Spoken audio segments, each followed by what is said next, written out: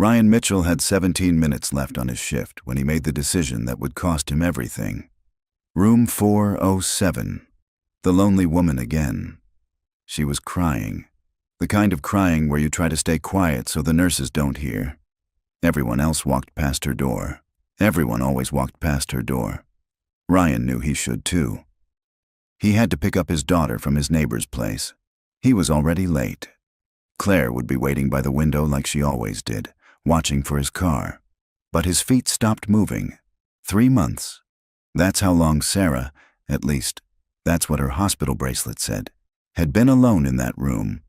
No visitors, no flowers, no phone calls, just a sick woman that the world had forgotten. Ryan didn't know her story. Didn't know why she was so alone. He just knew what loneliness looked like. He'd seen it in the mirror every night since his wife disappeared. So he pushed open the door. "Hey, Sarah." "Rough night?" She looked up, surprised that anyone had stopped. Her face was pale, dark circles under her eyes from another round of chemo. She tried to smile. "Just the usual. Don't worry about me." But Ryan pulled a chair over and sat down anyway. 17 minutes. He could spare 17 minutes. The woman in the bed studied him for a moment. Ryan Mitchell, according to his name tag. Late 20s, maybe early 30s. Kind eyes. Tired eyes. His janitor's uniform was clean but worn at the elbows. There was a small crayon mark on his sleeve, red, like a child had grabbed him during a hug. "You're going to be late," she said. Her voice was hoarse from the treatment.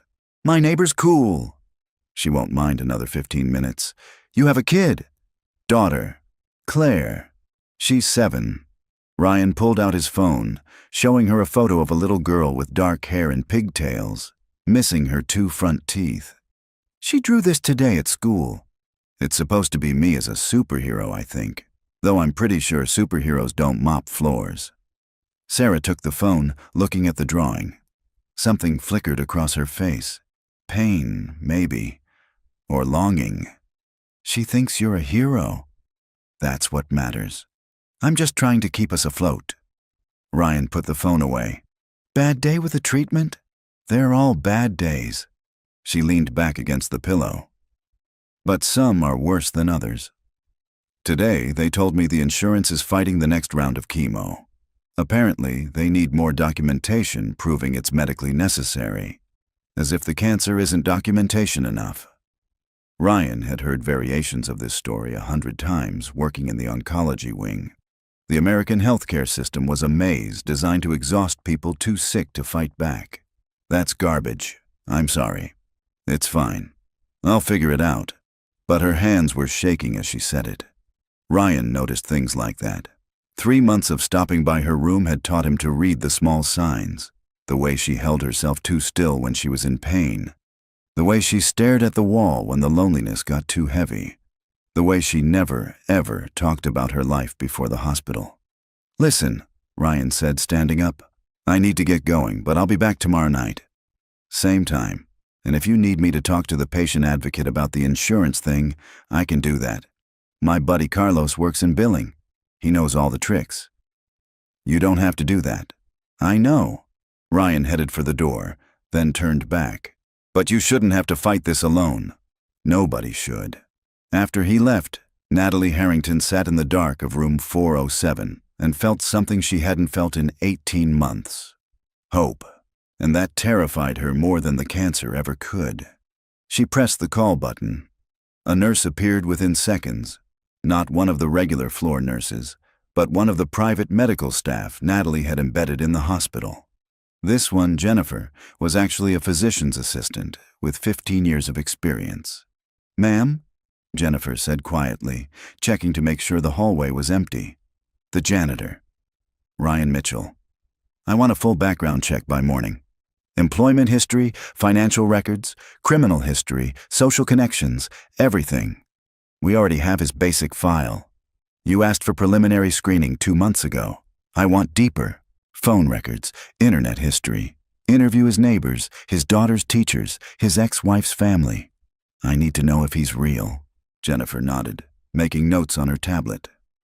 "The investigators found something yesterday you should know about. His ex-wife has resurfaced. Vanessa Mitchell, now Vanessa Crane. She filed a petition for custody modification last week. Natalie's eyes sharpened. He didn't mention that. He might not know yet. The paperwork was just served to his address yesterday. He works nights, so he probably hasn't checked his mail. Find out everything about the ex-wife. Why she left, where she's been, why she wants the child back now. And Jennifer? That insurance appeal for Sarah Klein? Make sure it gets approved. Tonight. I don't care what you have to do. Yes, ma'am. After Jennifer left, Natalie stared at the ceiling. The cancer was winning. She could feel it in her bones, in the exhaustion that never lifted, in the way her body was giving up inch by inch. Her private oncologist, the real one, not the hospital doctors who thought she was Sarah Klein with basic state insurance, had given her 6 months, maybe less if they couldn't find a bone marrow match soon. 6 months to decide what to do with $8 billion. 6 months to figure out if there was a single person in the world who gave a damn about her for reasons that had nothing to do with money. Her cousin Derek wanted her dead. That much was clear. He'd been positioning himself to take over Harrington Global for 2 years, ever since Natalie's leukemia diagnosis. He'd blocked her treatment approvals, isolated her from the board, spread rumors that the cancer had affected her cognitive function. When she'd realized what he was doing, she'd faked her own disappearance and checked into Mercy General under a false name. For 3 months, she'd been invisible. No power, no money, no army of assistants and lawyers. Just another sick woman in a sea of sick people, testing a theory she'd developed over years of dealing with humanity's worst impulses. She wanted to know if kindness still existed when there was nothing to be gained from it. Ryan Mitchell had been the only person in this entire hospital who'd treated her like a human being. Not a patient, not a liability, just a lonely person who needed someone to sit with her for 17 minutes at the end of a long shift. Either he was the real thing, or he was the best con artist she'd ever met. By morning, she'd know which. Ryan made it home 23 minutes late. Mrs. Chen, his neighbor from 3B, was standing in the hallway outside his apartment with Claire. The little girl was in her pajamas, clutching her stuffed rabbit. "Daddy!" Claire ran to him, wrapping her arms around his waist. "Hey, sweetheart. I'm sorry I'm late." Ryan scooped her up, even though she was getting too big for that. She buried her face in his neck, and he felt the tension of the day start to drain away. This was what mattered. This right here. "No problem, Ryan," Mrs. Chen said. She was 72. A retired nurse who'd taken Claire under her wing the day they'd moved into the building 3 years ago. She had dinner, did her homework, and we practiced her speech exercises. She's doing much better with the S sounds. "Thank you so much. I don't know what I'd do without you." "Nonsense. Claire's a joy." Mrs. Chen patted his arm. "But you look exhausted. You're working too much. Bills don't pay themselves." Ryan shifted Claire to his hip. "Let me grab my wallet." "Put that away. You already paid me for this week." "Mrs. Chen, I mean it, Ryan. Save your money. You're going to need it." There was something in her tone that made Ryan pause, but Claire was yawning against his shoulder, and he was too tired to dig deeper. He thanked Mrs. Chen again and carried Claire inside their apartment. It wasn't much. 1 bedroom, a living room barely big enough for a couch and TV, a kitchen with appliances that only worked when they felt like it. But it was clean, and it was theirs. And Ryan had covered the walls with Claire's artwork to make it feel like home. He got Claire into bed, reading her favorite story about a brave mouse who learned to roar like a lion. When he got to the part where the mouse saves the day, Claire interrupted. "Daddy, are you sad?" Ryan looked down at his daughter. She was watching him with those 2 perceptive eyes, the ones that saw straight through every wall he tried to build. "No, baby. I'm just tired. Mrs. Chen said a man came today. He had papers for you. She said it might make you sad." Ryan's stomach dropped. "What kind of papers?" "Legal papers. That's what she said. They're on the kitchen table." After Claire finally fell asleep, Ryan walked into the kitchen with a sense of dread. The envelope was there, official and ominous. He opened it with shaking hands. Petition for modification of custody. Vanessa Crane, formerly Vanessa Mitchell, petitioner, seeking full physical and legal custody of minor child Claire Elizabeth Mitchell. Ryan read the document 3 times, but the words didn't change. Vanessa wanted Claire back. After 3 years of silence, 3 years of no calls, no birthday cards, no child support. She'd walked out when Claire was 4 years old, and now she was back like she had any right to tear their lives apart. The hearing was scheduled for 2 weeks from today. Ryan sat at the kitchen table until 3 a.m., reading and rereading the petition. Vanessa's lawyer had listed all the reasons she should get custody. She was now married to Marcus Crane, a successful attorney. They had a stable home in the suburbs. She'd received treatment for postpartum depression and was now in a better position to provide for Claire's needs. And then there was the list of Ryan's inadequacies. Single-parent household. Income below poverty line. Works overnight shifts, leaving child in care of elderly neighbor. Apartment in unsafe neighborhood. Unable to afford proper speech therapy for child's documented speech impediment. Every word was designed to make him look like he was failing Claire. The worst part was, some of it was true. He did work overnight. He was broke. He couldn't afford the intensive speech therapy Claire's doctor had recommended. He was doing his best, but what if his best wasn't good enough? Ryan wanted to call someone, but who? He didn't have family. His parents had died in a car accident when he was 19. He'd been an only child. Vanessa's family had cut him off completely when she left. His friends from college had drifted away when he dropped out to support Vanessa's business dreams, dreams that had evaporated the moment she decided being a wife and mother was beneath her. He was alone in this, just like he was alone in everything else. At 5 a.m., Ryan gave up on sleep. He took a shower, made coffee, and got Claire ready for school. She was quiet during breakfast, picking at her cereal. "What's wrong, Pumpkin?" Claire looked up at him. "Is Mommy coming back?" Ryan's chest tightened. "Did Mrs. Chen say something?" "No, I just dreamed about her last night. She was in a big house and she wanted me to come live with her. But you weren't there, Daddy. You weren't in the big house." Ryan knelt down beside Claire's chair, taking her small hands in his. "Listen to me. No matter what happens, I'm always going to be your dad. Always. Nobody can change that. You understand?" Claire nodded, but she looked scared. "Do I have to go to the big house?" "No, baby. You're staying right here with me." He hoped that was true. He hoped the court would see that Claire was happy, that she was loved, that she was exactly where she needed to be. But hope felt like a luxury he couldn't afford right now. After dropping Claire at school, Ryan went home to sleep for a few hours before his shift. But when he opened the mailbox, there was another envelope. This one was from Mercy General Hospital, Human Resources Department. He opened it in the lobby, and the floor seemed to tilt beneath him. "Due to necessary budget cuts, your position as evening custodial staff is being eliminated effective immediately. Your final paycheck will include 2 weeks of severance pay. We thank you for your service to Mercy General." Ryan read it twice, then 3 times. Then he sat down on the stairs because his legs wouldn't hold him anymore. He'd just lost his job. The custody hearing was in 2 weeks, and he had exactly $347 in his checking account. For the first time since Vanessa had left, Ryan Mitchell put his head in his hands and wanted to give up. He didn't know that 4 miles away, in a penthouse medical suite that cost more than most people made in a decade, Natalie Harrington was reading an investigator's report about him and making a decision that would change both their lives. She didn't know him. Not really, but she knew enough. Ryan Mitchell had worked 3 jobs to put his wife through business school. When she'd abandoned him and their daughter, he'd dropped out of his own college program to focus on raising Claire alone. He'd never missed a day of work in 3 years. He'd never been late on rent, even when it meant eating ramen for a week. He'd volunteered at Claire's school despite working nights. He'd spent his 1 day off each week at the library with Claire, because books were free and she loved stories. Every person the investigators interviewed said the same thing.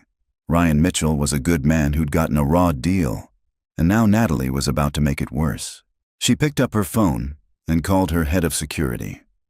"Patrick, I need you to do something for me. Ryan Mitchell, the janitor, was just fired from Mercy General. I need you to make sure he gets a severance package that will cover 6 months of expenses. Make it look like an administrative correction, not charity. Can you do that?" "Of course, Miss Harrington. Anything else?" "Yes. I need to accelerate the timeline.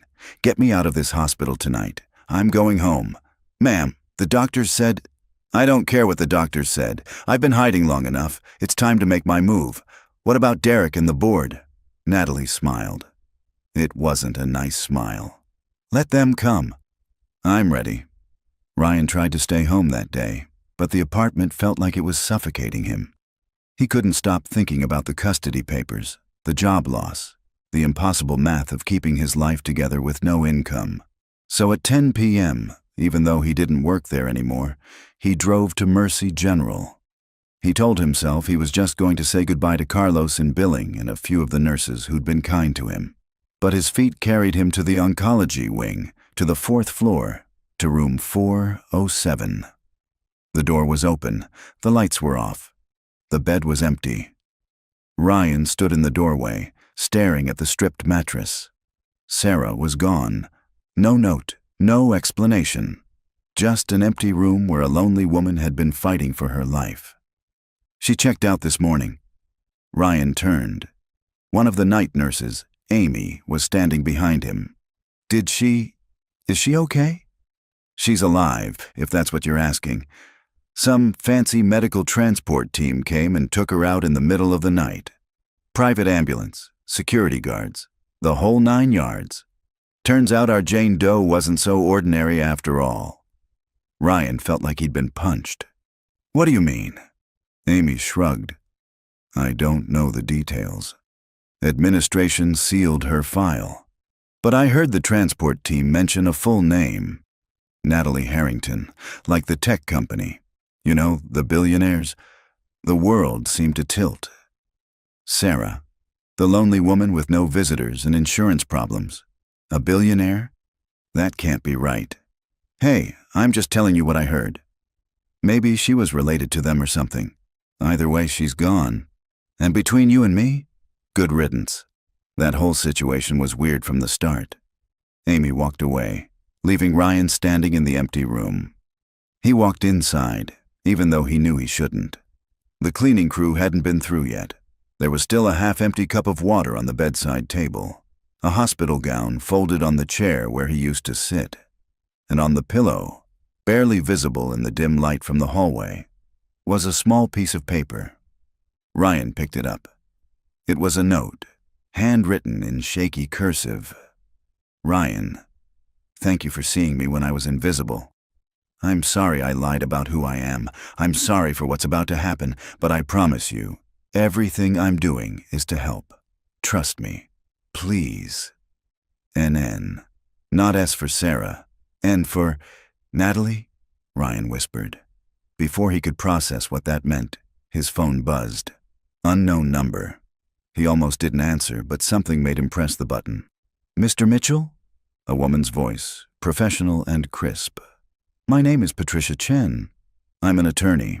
I've been retained to represent you in the custody matter regarding your daughter Claire.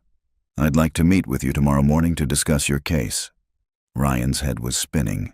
"I didn't hire an attorney. I can't afford an attorney. Your legal fees have been covered by an anonymous benefactor who believes you deserve competent representation. Will 9 a.m. work for you? I have offices downtown. Who hired you?" Did Natalie? There was a pause. "I'm not at liberty to discuss my client list, Mr. Mitchell, but I can tell you that I've reviewed your case, and I believe we have strong grounds to maintain your custody. Will you meet with me?" Ryan didn't understand what was happening.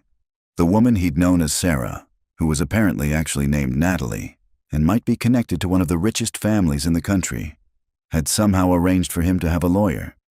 It didn't make sense. None of this made sense. But he had a custody hearing in 2 weeks, and he'd just lost his job, and someone was offering to help him keep his daughter. "I'll be there," Ryan said. "Excellent. One more thing, Mr. Mitchell. Check your bank account. There was an error in your final paycheck calculation from the hospital. They've issued a correction. Ryan pulled up his banking app with shaking hands. Where there had been $347 this morning, there was now $18,347. The deposit was labeled Severance Package Correction, Mercy General. Mr. Mitchell, are you still there? Why is this happening? Patricia Chen's voice softened slightly. Sometimes people help each other for no reason other than it's the right thing to do. Tomorrow at 9 a.m., I'll text you the address. She hung up. Ryan stood in the empty hospital room, holding a note from a woman he didn't really know. With $15,000 he hadn't earned, and a lawyer he couldn't afford, and he had absolutely no idea what was happening to his life. But he knew one thing. He needed to find Natalie Harrington. The law offices of Chen and Associates were nothing like Ryan expected. He'd pictured a small storefront operation, maybe a couple of rooms above a dry cleaner. Instead, he stood in front of a gleaming glass tower in the financial district, the kind of building where people made more in an hour than he made in a year. The receptionist directed him to the 42nd floor. Patricia Chen's office had floor-to-ceiling windows overlooking the city, furniture that probably cost more than his car, and walls covered in diplomas from Harvard and Yale. Patricia herself was in her mid-50s, wearing a suit that screamed power and confidence. She gestured for Ryan to sit in one of the leather chairs across from her massive desk. Mr. Mitchell, thank you for coming. Coffee? No, thank you. Look, Ms. Chen, I appreciate whatever's happening here, but I need to understand something first. Who hired you, and why? Patricia folded her hands on the desk. I was contacted 3 days ago by a private foundation that advocates for single parents in custody disputes. They reviewed your case and felt you deserved representation. That's all I'm authorized to tell you. Was it Natalie Harrington? Patricia's expression didn't change, but Ryan caught the slight flicker in her eyes. I'm not familiar with that name in relation to this case. Now, shall we discuss your custody situation? She wasn't going to tell him. Fine. Ryan forced himself to focus on what mattered, keeping Claire. Patricia pulled out a thick file. I've reviewed the petition your ex-wife filed. It's aggressive, but not unusual for someone with the resources to hire competent counsel. Marcus Crane, her current husband, has a reputation for being thorough. They're going to paint you as an unfit parent due to financial instability. I'm not unfit. Claire is happy. She's healthy. She's doing well in school. I believe you, but family court doesn't always operate on what we believe. It operates on what we can prove. Tell me about your ex-wife. Why did she leave? Ryan had spent 3 years trying not to think about that. She said she wasn't cut out to be a mother, that she needed to find herself. She left a note on the kitchen table and disappeared. I filed a missing person report, but the police found her 2 weeks later living with Marcus Crane. She told them she left voluntarily and didn't want contact with me or Claire. Did she have postpartum depression? She said she did, after Claire was born, but she refused to see a doctor. She said therapy was for weak people. Ryan's hands clenched. I tried to help her. I did everything I could, but she just checked out, and then one day, she was gone. Patricia made notes. The petition claims she's received treatment and is now stable. We'll need to verify that. I'll have an investigator look into her mental health history, her marriage to Marcus Crane, their financial situation. If there are any red flags, we'll find them. I don't want to destroy her, Ryan said quietly. I just want to keep my daughter. That's admirable, Mr. Mitchell. But you need to understand something. Vanessa and her attorney are going to attack every aspect of your life. Your finances, your work schedule, your living situation, your ability to provide for Claire's medical needs. They're going to try to prove that Claire would be better off with them. She wouldn't be. Claire barely remembers Vanessa. I'm the one who's been there for every nightmare, every fever, every scraped knee. I'm the one who sits with her for hours practicing her speech exercises so the kids at school won't make fun of her. I'm the one who... His voice cracked. I'm her dad. Patricia's expression softened. Then we're going to make sure the court sees that. But I need you to be completely honest with me. Is there anything in your past that could be used against you? Any arrests? Any substance abuse issues? Any history of violence? No, nothing. I've never even gotten a speeding ticket. Good. What about your current employment situation? Ryan hesitated. I was laid off yesterday, but I have savings now from the severance package. I can survive for a while, and I'm already applying for new jobs. We'll need to show the court that you have stable employment by the hearing. 2 weeks isn't much time. Do you have any prospects? Not yet, but I'll find something. I always do. Patricia studied him for a long moment. You're a fighter, Mr. Mitchell. That's good. You're going to need to be. They spent the next hour going over every detail of Ryan's life. His finances, his relationship with Claire, his child care arrangements with Mrs. Chen. Patricia asked questions that made Ryan feel like he was being dissected, but he answered everything honestly. When they were done, Patricia walked him to the door. I'll be in touch in a few days with updates. In the meantime, document everything. Every interaction with Claire, every expense, every moment that shows you're a good father. Keep receipts, take photos, write it all down. We need to build an airtight case. Miss Chen? Thank you for taking my case, even if I don't understand why. She smiled slightly. Sometimes the universe puts us where we need to be, Mr. Mitchell. I'll see you soon. Ryan left the building feeling slightly less terrified than when he'd arrived. He had a lawyer. He had money to survive for a few months. He had a fighting chance, but he still had no job. No idea where Natalie Harrington had gone, or why she decided to help him. His phone buzzed. A text from an unknown number. Ryan, it's Natalie. I know you have questions. I'll explain everything. A car will be at your apartment at 8 p.m. tonight to pick you up. Come alone. Ryan stared at the message for a full minute. Then he typed back, I'll be there. Whatever was happening, he was about to get answers. Ryan had Mrs. Chen watch Claire, telling her he had a mandatory meeting for a new job prospect. The lie tasted like ash, but what else could he say? At 8 p.m. on the dot, a vehicle pulled up to his apartment building. Ryan looked out the window, and his heart stopped. It wasn't a car. It was a limousine, sleek, black, and longer than his entire living room. It idled silently at the curb. It was the kind of car he'd only ever seen in movies, usually carrying billionaires or rock stars. And it was here for him.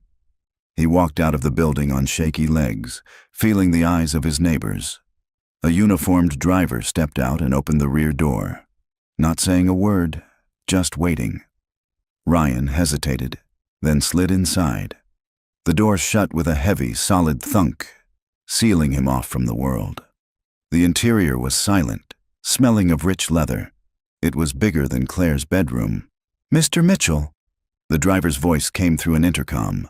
We're on our way to Miss Harrington. Ryan just nodded, unable to speak. The limousine pulled away from the curb, leaving his life behind. They drove for 30 minutes, away from the city and into the hills where the real money lived. Ryan didn't even know the address. He was just along for the ride. Finally, the car slowed and turned through a set of massive iron gates that opened automatically as they approached. Security cameras watched from stone pillars. The driveway wound through manicured gardens for what felt like half a mile, passing actual fountains lit from below.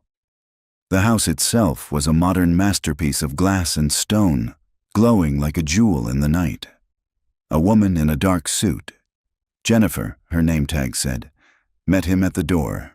Mr. Mitchell, please follow me. She led him through halls that felt more like a museum than a home. Original artwork on the walls, sculptures on pedestals. Everything screamed wealth beyond comprehension. Ryan felt like he was contaminating the air just by breathing. They went up a staircase and down another hall. Jennifer stopped at a door. Miss Harrington is inside. She's asked not to be disturbed. How is she doing? Jennifer's professional mask slipped for just a second, showing concern. She's fighting. That's all I can say. She opened the door and gestured for Ryan to enter. The room was a medical suite. There were monitors, IV stands, equipment Ryan didn't recognize. And in the center of it all, in a hospital bed that probably cost more than a car, was Natalie. She looked different than she had at Mercy General. Her hair had started to grow back in patches. She was wearing expensive pajamas instead of a hospital gown, but she was still sick. Ryan could see it in the pallor of her skin, the dark circles under her eyes, the way she held herself like every movement hurt. "Ryan," she smiled weakly, "you came. You lied to me." He didn't mean for it to come out so harsh, but the words had been building for 2 days. "About everything." "I know. I'm sorry." She gestured to a chair beside the bed. "Sit. Please. I owe you an explanation." Ryan sat, but he kept his distance. "Who are you?" "I mean, I know your name now. But who are you really?" "Natalie Harrington, Chief Executive Officer of Harrington Global Industries. Net worth, depending on the day and the stock market, somewhere around $8 billion. And yes, before you ask, I was the lonely sick woman in room 407 who you were kind to for absolutely no reason. Why were you there? If you're that rich, why were you in a public hospital pretending to be someone else?" Natalie took a shaky breath. "Because I was dying. I am dying. Leukemia. Aggressive. I've been sick for 18 months, and for most of that time, I was getting treatment at a private facility where my family and my board of directors could monitor everything I did." She paused, gathering strength. 6 months ago, I discovered that my cousin Derek had been deliberately interfering with my treatment, delaying approvals, switching medications, creating bureaucratic obstacles. He wanted me dead so he could take over the company. Ryan felt his stomach turn. "That's insane." "That's business. At least that's business when $8 billion is at stake." Natalie's voice was bitter. I realized I couldn't trust anyone in my orbit. So I disappeared. I checked into Mercy General under a false name, paid cash for basic treatment, and tried to figure out what to do with my life. "You were testing people," Ryan said slowly. "Seeing how they'd treat you when they didn't know you were rich." "Yes. I spent 3 months watching. Most people ignored me. The staff did their jobs, but nothing more. I was just another patient, another problem to manage." She looked at him. "And then there was you. You stopped. You sat with me.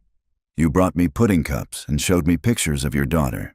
You treated me like I mattered. You did matter. You do matter. Not because of who I am or what I have. I didn't know what you had. I just saw someone who was alone and scared. Nobody should have to go through that by themselves." Natalie's eyes filled with tears. "See, that's why I chose you. That right there. You have no idea how rare that is, Ryan. How rare you are." "Chose me for what?" "I'm dying. My doctors give me maybe 6 months without a bone marrow transplant, and the wait list is years long. I've been searching for a compatible donor for 8 months. Everyone in my family has been tested, friends, employees, thousands of people in the donor registry. Nothing." She wiped her eyes. "And then, on a desperate hunch, I tested your DNA." Ryan blinked. "What?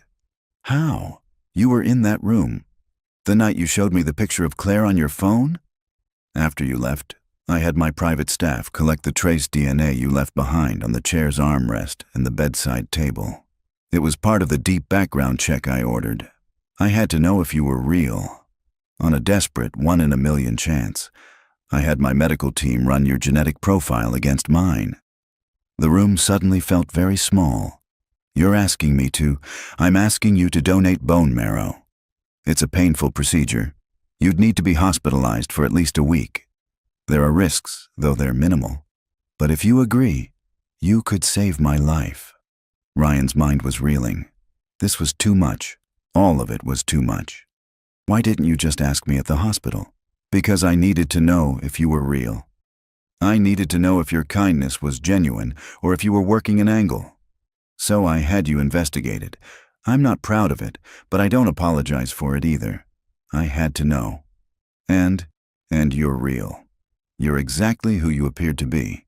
A good man who got dealt a terrible hand and kept playing anyway." She reached for a folder on the bedside table. wincing at the movement.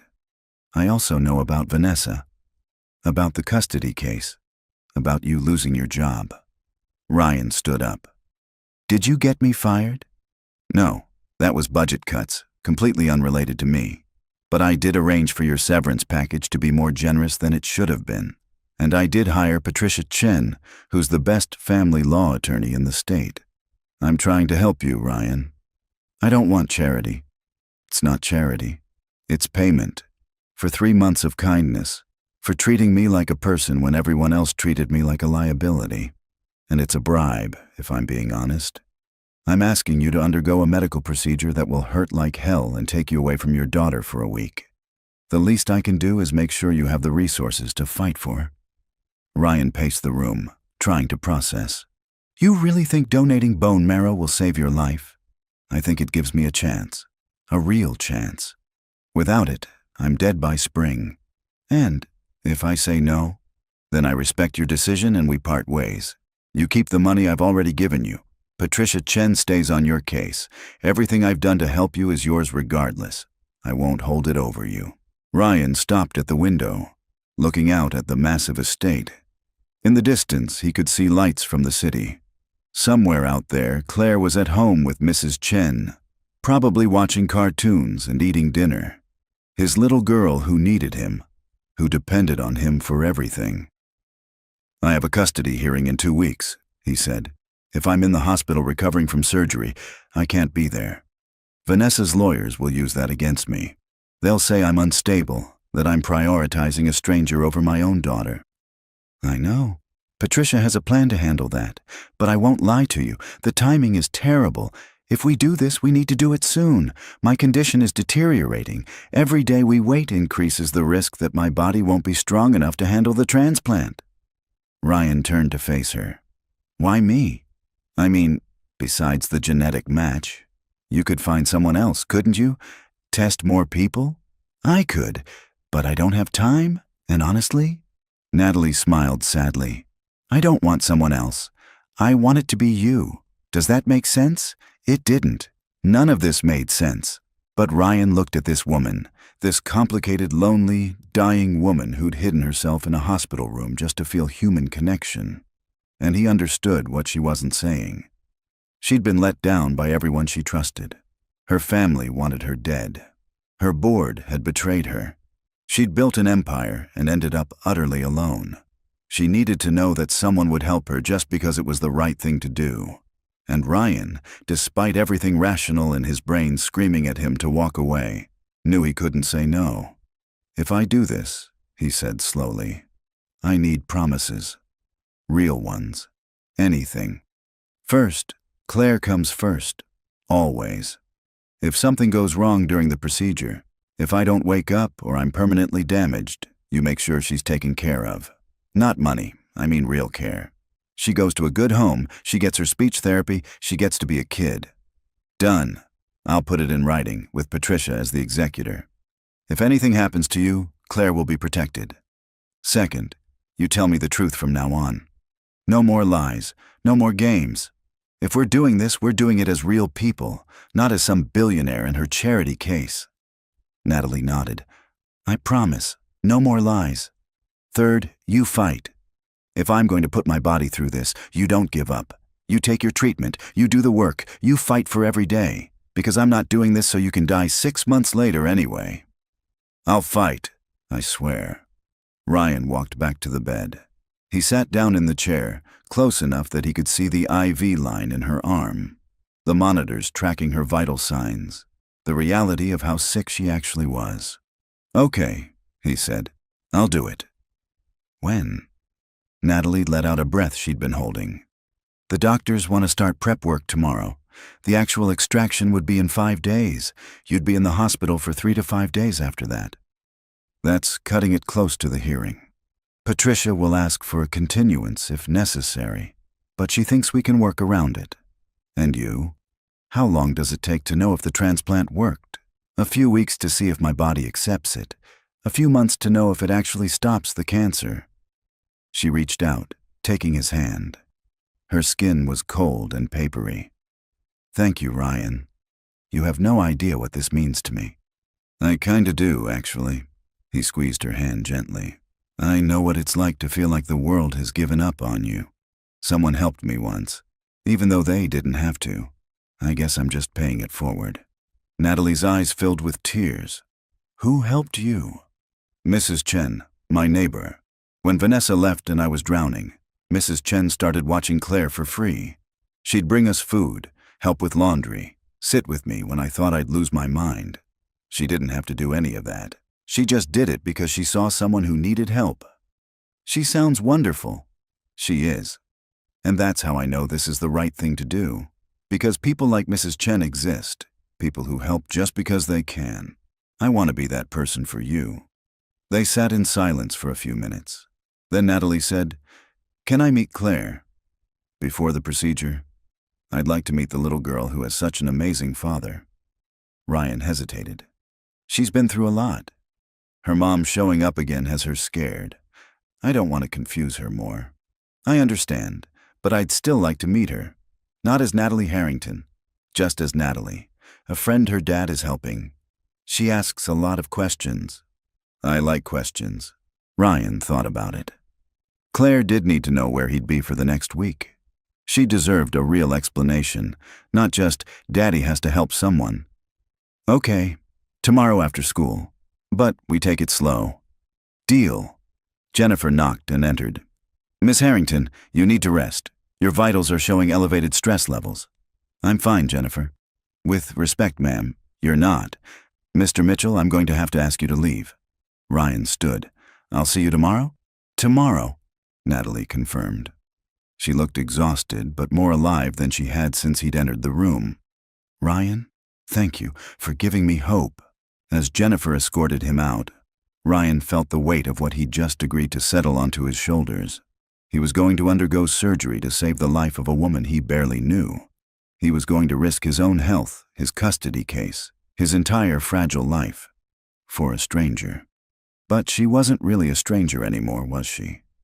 She was Natalie, the lonely woman from room 407 who'd trusted him with her secret, who'd helped him when she didn't have to. She was his friend, and that meant something. Ryan drove home in a daze. When he got back to the apartment, Mrs. Chen was reading to Claire on the couch. "Daddy!" Claire jumped up, running to him. "You're home early." "Yeah, baby. I wanted to see you." He picked her up, holding her tight. She was getting so big. In a few years, she'd be too old for this. He needed to remember that, needed to hold on to these moments. "Mrs. Chen said you went to see a lawyer, about Mommy." Ryan shot Mrs. Chen a look.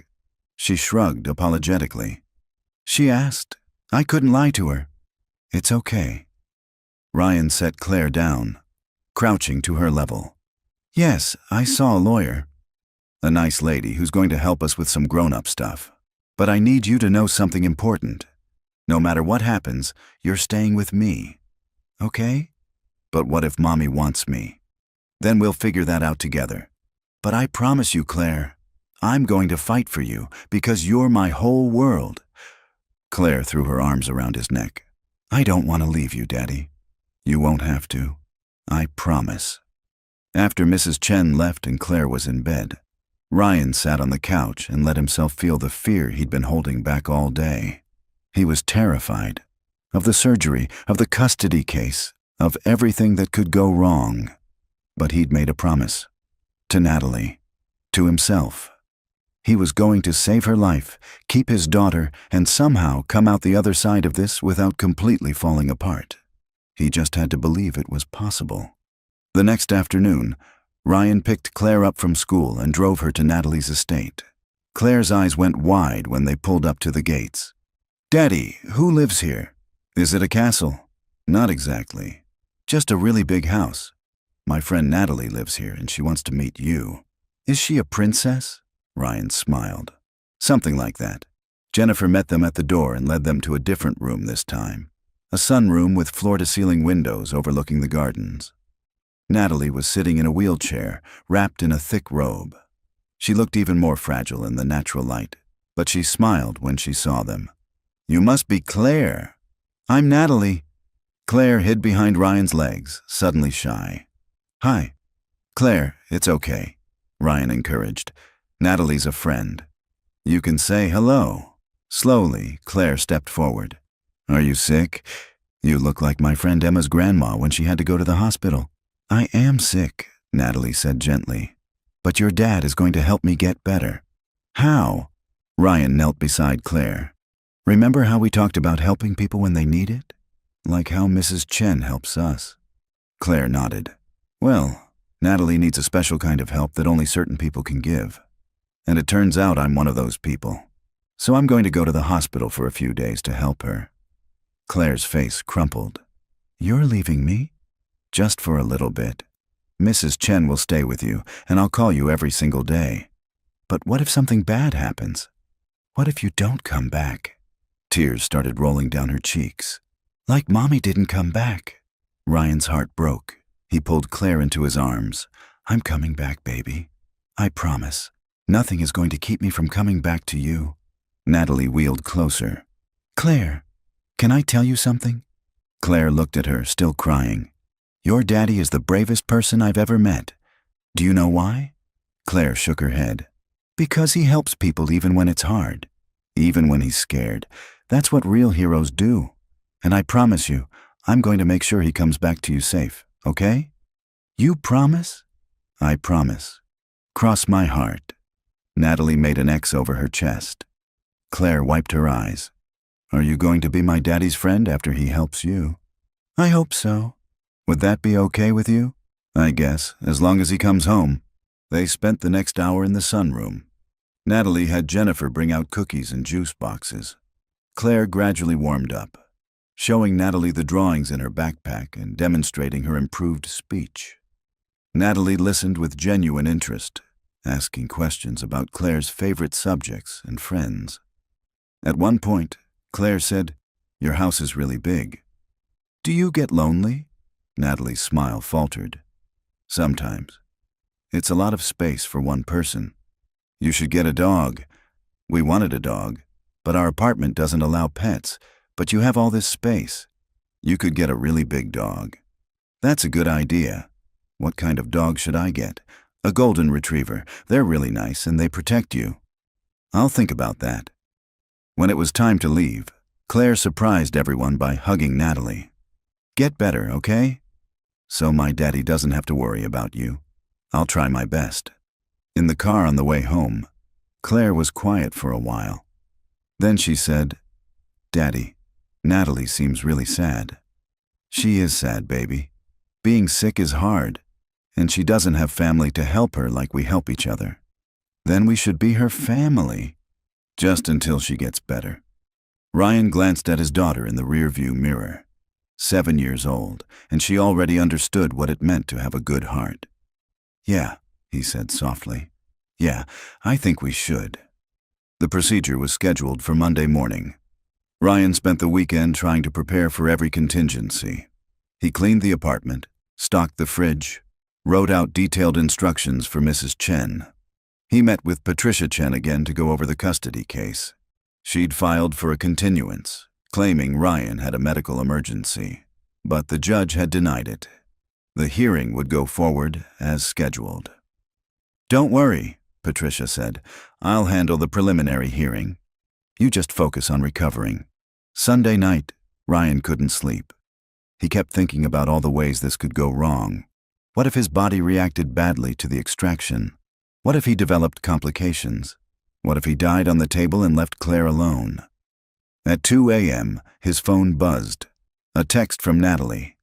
Can't sleep either. Want to talk? He called her. She answered on the first ring. Hey, she said. Her voice was hoarse. Hey, you okay? Scared. You? Terrified. Good. That makes two of us. She laughed weakly. I've been trying to figure out what to say if this doesn't work. Like, what's the right thing to tell someone who's about to risk everything for you? You don't have to say anything. I know, but I want to. Ryan, regardless of what happens tomorrow, you've given me something I thought I'd lost forever. What's that? Faith. In people. In kindness. In the idea that maybe the world isn't as cold and broken as I thought it was. She paused. You've been a friend to me when I had none. That's worth more than all the money I've ever made. Don't talk like this is goodbye, Ryan said. We're both going to be fine. You're going to get your transplant, I'm going to heal up, and we're going to look back on this and laugh about how dramatic we were. Promise. I promise. Ryan, thank you for everything. Get some sleep, Natalie. We've got a big day tomorrow. You too. After they hung up, Ryan finally felt calm enough to close his eyes. Whatever happened next, he'd made the right choice. He knew that in his bones. The surgery went longer than expected. Bone marrow extraction was brutal. They had to drill into his pelvic bone multiple times to get enough material. Ryan was under anesthesia, but when he woke up in the recovery room, the pain was immediate and intense. Mr. Mitchell? A nurse was checking his vitals.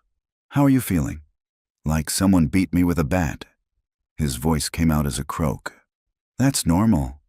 The pain should improve over the next few days. You did great. We got plenty of viable marrow for Miss Harrington. How is she? Did the transplant work? She's in surgery now. It'll be several hours before we know anything. Try to rest. Ryan drifted in and out for a while. When he woke again, Claire was there, sitting in a chair beside his bed. Mrs. Chen was with her. Daddy! Claire grabbed his hand. You're awake! Hey, Pumpkin! Every word hurt. How are you? I'm okay. Mrs. Chen brought me to see you. The nurses said you were really brave. Just doing what needs doing. He squeezed her hand. I'll be home in a few days. Ms. Harrington sent these, Mrs. Chen said, gesturing to an enormous arrangement of flowers on the windowsill.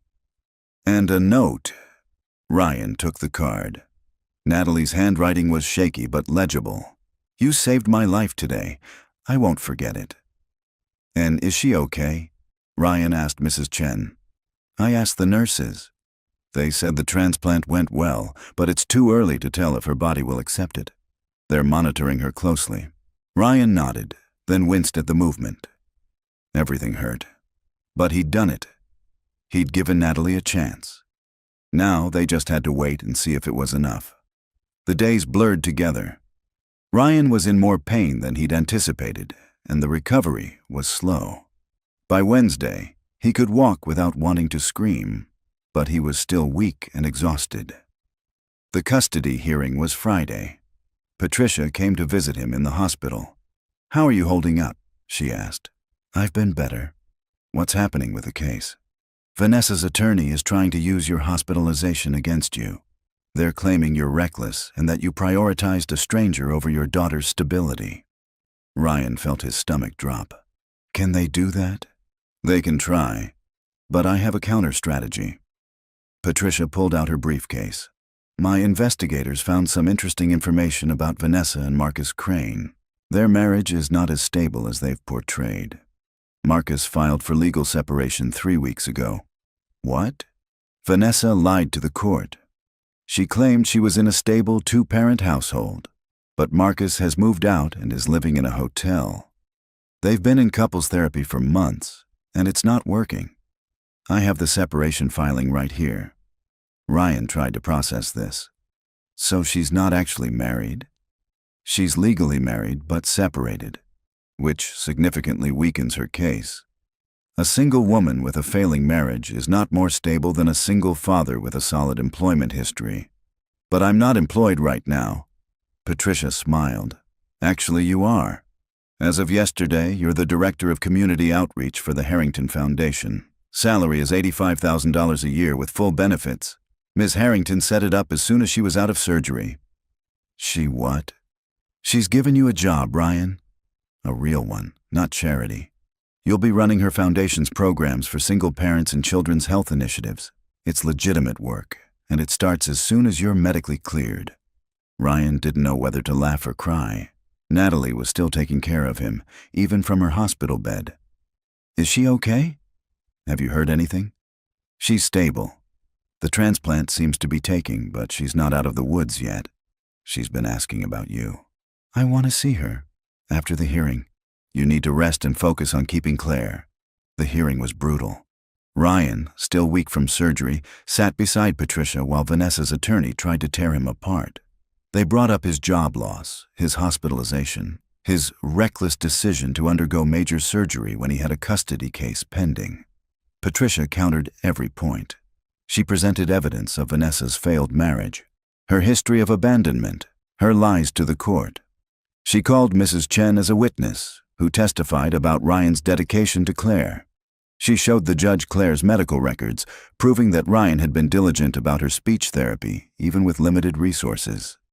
Then Patricia called her surprise witness, Claire's school counselor, who testified that Claire was a well-adjusted child who spoke glowingly about her father and had never mentioned wanting to live with her mother.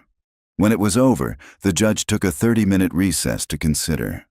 Ryan sat in the hallway, his hands shaking, Patricia beside him. "Whatever happens," Patricia said, "you fought hard. You've been a good father. If I lose her, you won't." The judge called them back in. Ryan could barely breathe as he stood. "I've reviewed all the evidence presented today," the judge said. "This is a difficult case, with valid concerns on both sides. However, my primary consideration is the best interest of the child." Ryan's heart was pounding so hard he thought it might explode. "Ms. Crane, your return after 3 years of absence, combined with your misrepresentation of your marital status, raises serious concerns about your motives and stability. Mr. Mitchell, while your recent medical situation was concerning, I'm satisfied that it was a temporary circumstance and not indicative of a pattern of neglect." The judge looked directly at Ryan. "Mr. Mitchell, custody will remain with you. Ms. Crane, you're granted supervised visitation 2 hours every other week, pending completion of a psychological evaluation."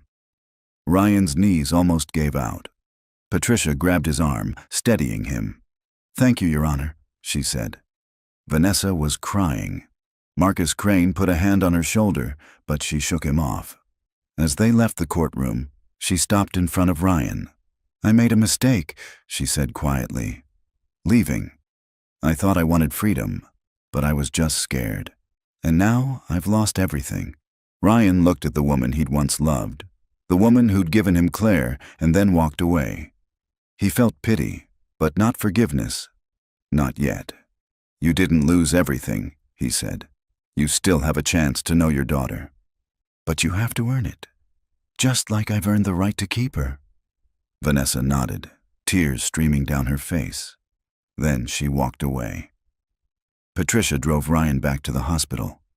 "You should go home. Rest with Claire." "I need to see Natalie first, please."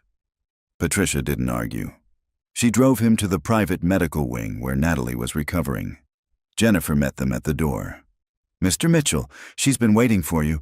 Natalie was awake, sitting up in bed. She looked terrible, pale and exhausted. But when she saw Ryan, her face lit up. "You're here. How did it go?" "I won. Claire stays with me." "Thank God." Natalie started crying. "I was so worried. I've been driving the nurses crazy asking for updates." Ryan sat in the chair beside her bed. "How are you?" "The transplant is working. My counts are improving. The doctors are cautiously optimistic." She wiped her eyes. "Ryan, I heard what you told Vanessa in the hallway. That she has to earn the right to know Claire." "She does. So do I. I want to be part of your lives if you'll let me. Not as some wealthy benefactor. As a friend. A real friend. I think Claire would like that. She's been asking about you." "Really?" "Really. She wants to know if you got a dog yet." Natalie laughed, which turned into a cough. "Tell her I'm working on it." They sat together for a long time, not needing to say much. Two people who'd saved each other, building something new from the wreckage of their old lives. 3 months later, Natalie was declared in remission. The transplant had worked. The cancer was gone, at least for now. She'd moved out of the medical wing and back into the main house, and her first act was to invite Ryan and Claire for dinner. Claire was enchanted by the estate, running through the gardens while Natalie and Ryan sat on the terrace watching her play. "She's happy," Natalie observed. "Yeah, she finally is." Ryan looked at Natalie. "So are you, I think." I am. For the first time in years. She turned to him. I've been thinking about what you said. About earning my place in your lives. I want to do that. But I also want you to know I'm not trying to replace anyone or change anything. I just want to be here. If that's okay. It's more than okay. Ryan reached over, taking her hand. Your family now. That's what Claire said, remember? She wanted us to be your family until you got better. Well, you're better, but the offer still stands. Natalie squeezed his hand. I'd like that. Claire ran up to them, breathless and grinning. Natalie! Did you see the pond? There are fish in it. Can I feed them? Of course. Let me show you where the food is. As they walked toward the pond, Claire in the middle holding both their hands, Ryan felt something he hadn't felt in years. Peace. Hope. The sense that maybe, just maybe, things were going to be okay. 6 months after that, Ryan's program at the Harrington Foundation was featured in national news. He'd helped dozens of single parents navigate custody battles, provided funding for children's medical care, and created a support network that was changing lives across the state. Natalie's company was thriving under her renewed leadership. Derek was in prison. The board had been restructured. She was using her wealth to make a real difference, and she'd found purpose in it. And somewhere in between running the foundation and managing recovery and raising Claire, Ryan and Natalie had become something more than friends. It happened slowly. A dinner here, a conversation there. Moments where their hands would touch and linger. Neither of them rushed it. They'd both been burned before. But the connection was undeniable. One evening, after Claire was asleep in her new room in Ryan's new house, modest by Natalie's standards, but a palace compared to the old apartment, Natalie and Ryan sat on his porch. I've been thinking, Natalie said. Dangerous. She smiled. Shut up. I've been thinking about that night at the hospital. When you first came to room 407 and sat with me, I was testing you, looking for proof that good people still existed. But you weren't trying to pass any test. You were just being yourself. I was just doing what felt right. That's my point. You didn't help me because you wanted something from me. You helped me because that's who you are, and that's why I... She stopped, suddenly nervous. Why you what? That's why I love you. She said it quickly, like ripping off a bandage. I know it's complicated and maybe too soon and we have Claire to think about, but I needed to say it. Because it's true. Ryan looked at this woman who'd hidden in a hospital room, who'd tested humanity and found him, who'd saved his life as much as he'd saved hers. It's not too soon. And it's not complicated. I love you too. Yeah? Yeah. They kissed there on the porch. Two broken people who'd found each other in the darkest moment of their lives and built something beautiful from the wreckage. A year later, they were married in the gardens of Natalie's estate. Claire was the flower girl, wearing a dress she'd helped pick out. Mrs. Chen was there, wiping tears. Patricia Chen was the maid of honor. The ceremony was small and intimate, just the people who mattered. And in the back, in a place of honor, there was a photo of room 407 at Mercy General Hospital, the lonely room where a janitor had stopped to comfort a dying woman and changed both their lives forever.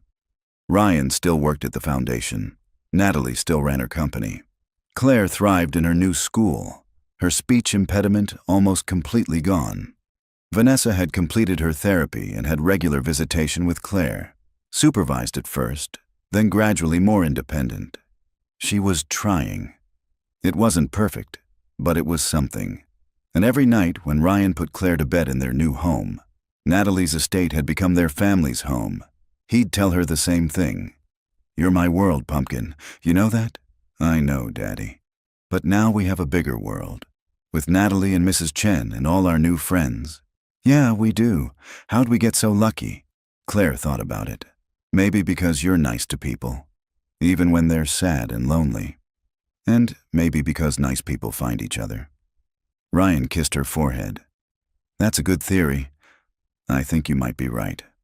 I'm always right, Daddy. That's true. Good night, sweetheart. Good night, Daddy. I love you. I love you too. Downstairs, Natalie was waiting for him. They'd sit on the terrace like they did most nights, watching the stars and talking about everything and nothing, planning foundation programs and family vacations, building a life together, one day at a time. It wasn't perfect. Natalie's cancer could come back. Ryan still had nightmares about losing Claire. Life was messy and complicated and full of uncertainty. But they had each other. They had Claire. They had a home full of love and laughter and second chances. And it all started because a janitor decided to stay late and comfort a lonely, sick woman, not knowing that 17 minutes of kindness would change everything. Sometimes the smallest gestures make the biggest difference. Sometimes helping a stranger becomes helping a friend. And sometimes, when you're brave enough to be kind when it costs you something, the universe finds a way to pay you back. What a journey that was. It's amazing how a story can change the feeling in a room, isn't it? My hope is that these stories aren't just an escape, but a spark. A reminder of the courage and resilience that lives inside of you, too. If there's one thought or lesson from this that you'll carry with you, I would genuinely love to hear it in the comments below. And I'm always fascinated to see our global family, so feel free to share where you're listening from.